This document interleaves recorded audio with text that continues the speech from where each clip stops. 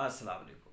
3 चीज़ों के बारे में पूछा गया, उस सवालों का जवाब एक ही शॉर्ट सी वीडियो में आप लोग को मैं देता हूँ कि छिलका, तुखमलंगा यानी बेलंगू और अंजीर, इन तीनों को इस्तेमाल करना है तो सबसे बेहतर कौन सी चीज़ है, किसको इस्तेमाल किया जाए इन तीनों के कंपैरिजन में।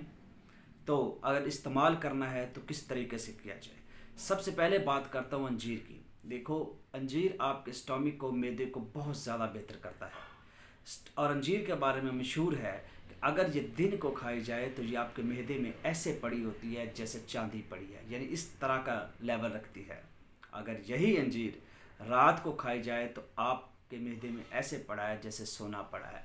इतनी हिफाजत, इतनी इम्पोर्टेंस, सोने और चांदी के कंपैरिजन इससे बात की जा रही है। तो यानी कहने का मतलब कि अंजीर को हमेशा रात को इस्तेमाल करना चाहिए, पहली बात। दूसरी, अब छिलका और तुखमलंगा यानी बेलंगू के कंपैरिजन की बात है कि इसमें से सबसे बेहतर कौन है, तो मैं सजेस्ट करता हूँ तुखमलंगा। क्यों?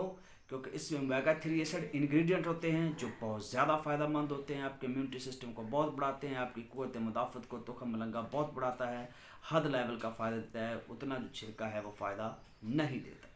तो तुखमलंगा को रात को भिगोए, सुबह इसको इस्तेमाल करें।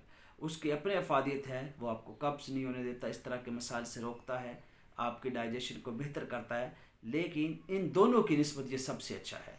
और अंजीर का मैंने आपको अलग बता दिया कि ये तो आपके मैदे के लिए बहुत बड़ी चीज़ है और इसके फ़ायदे क्या हैं, दिन के बजाय रात को इस्तेमाल किया जाए। शुक्रिया।